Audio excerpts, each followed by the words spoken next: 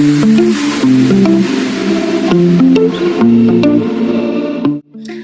everybody, it's Chef Cleva, and on today's episode, we're going to talk about a dessert that is considered a soaked sponge cake that isn't overly sweet with a hint of cinnamon. Today, we are going to talk about Tres Leches Cake. So, let's get started.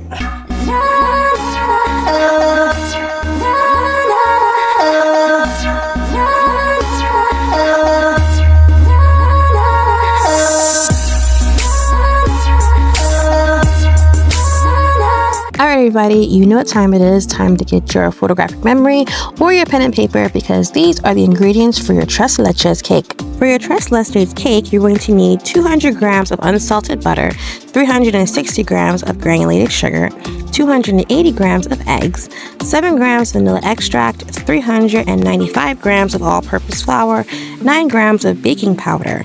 For the syrup, you're going to need 520 grams of sweetened condensed milk, 450 grams of whole milk, 380 grams of evaporated milk, 65 grams of vanilla, and optional 15 grams of rum or brandy. My first encounter with Tres Leches cake was in high school. I had to go to a science center to get tutoring, and at the end of the year, one of my tutors brought Tres Leches for the end of the year wrap party. So it definitely has a special kind of place and connection for me because everybody there was amazing, and I still have lots of love for them to this day. So first of all, Tres Leches translates specifically to 3 milks because it does use 3 milks in their syrup to moisten the cake. So it's usually composed of evaporated milk, whole milk or heavy cream, and then sweetened condensed milk. And you pour it onto a somewhat dense sponge cake so it can absorb all of that liquid to give it that nice, delicious texture and flavor. And then you top it with whipped cream and sprinkle it with cinnamon.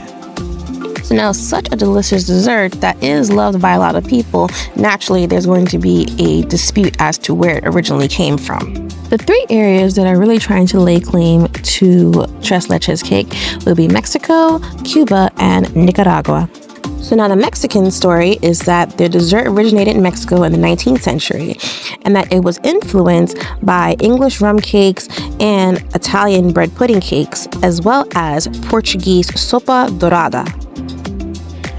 Another story from the Mexican side is that when milk factories began popping up in Mexico, especially during the Great Depression, they basically had the recipe for Tres Leches cake on the back of the Nestle milk cans, which allowed the recipe to become more mainstream and definitely helped with its popularity. So now on the Nicaragua side, they also had canned milk factories built in their areas. So that also kind of, coincides with them feeling like, okay, this recipe came from us because obviously the canned milk industry was there. So they had access to the canned milk among other items that would be needed to make the Tres Leches. So now, although Tres Leches is definitely a Hispanic cake, it is heavily influenced from the Middle Ages in England. So considering that during that time, a lot of desserts were done by soaking the cake. Think about bread pudding, how they would use old or stale items to repurpose a cake and revitalize the recipe itself. Considering that Nicaragua was colonized from Spain between 1522 and 1821, and then from England from 1633 to 1860, it is pretty easy to assume that their influence, if not instantaneous, was definitely gradual. Now, it's also noted that in Nicaragua, canned milk was produced as early as the 1850s, but then when the World Wars began, the popularity definitely skyrocketed. To avoid using things that would most likely be used for rations, Nestle and Borden definitely try to keep up with demand from using canned milk. So they ended up opening up different factories all over Latin America, including Nicaragua, in order to keep up with the high demand. The Cuban claim came into play because Nicaraguan people had to flee their country after a revolution and an earthquake. So when you had those two cultures coming together, then it was kind of obvious that eventually the Cuban community would start to claim the Tres Leches cake for themselves as well. So that was basically like a nice little overview when it comes to the Tres Leches cake and where it came from and why it is very popular today. So I hope you enjoyed it. Keep watching to get some tips and tricks for baking and pastry arts. So right there, I'm using a rubber spatula, and it's important to note that when you're using a rubber spatula or any spatula really, and you want to move your items around, like move whatever you're using the spatula for around, you're going to use your finger to guide your spatula. So you're going to use your index finger of your dominant hand to pretty much move the spatula left to right.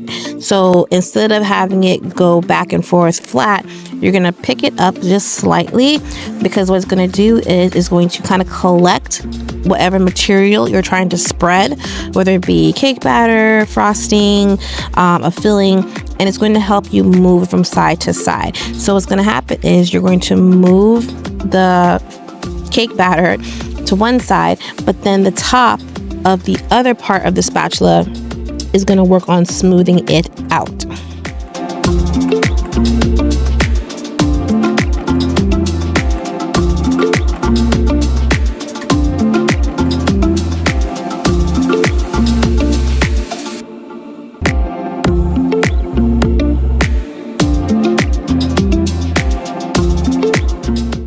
So when it comes to making the syrup, I pretty much had the pan on the heater because I didn't want to kind of waste time. Now, I'm not saying it needs to be scorching, but a little preheated simmer is not going to kill anyone.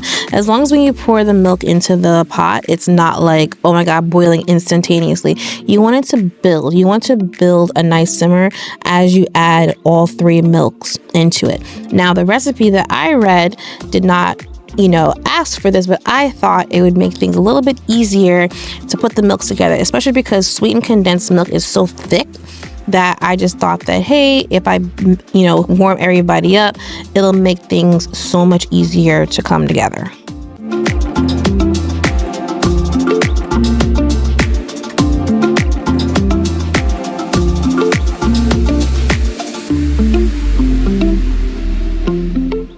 Okay, this is one of the situations where it's like, do as I say and not as I do. Don't do this. Ideally, you want to take the cake out the pan, and then put it in like one of those disposable aluminum pans, so that way you can slice and dice without feeling like, oh my God, I'm going to damage my pan. So long story short, don't do this. Take it out and then slice and dice. So now I'm just basically ladling the warm milk syrup onto the cake.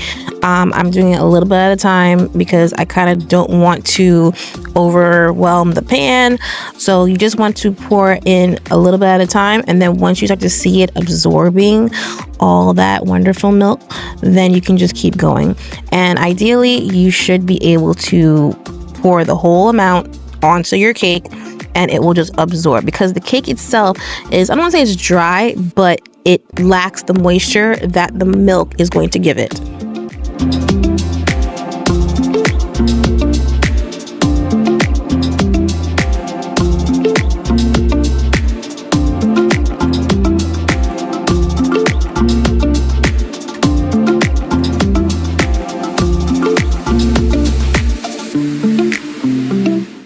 Everybody, that is a wrap on our Tres Leches episode. Please let me know how yours turned out. Don't forget to like, comment, share, subscribe, ring that little bell so that way you are notified when the next episode is available to watch. I'm Chef Cleva, and remember, everyone's a little curious. Bye guys!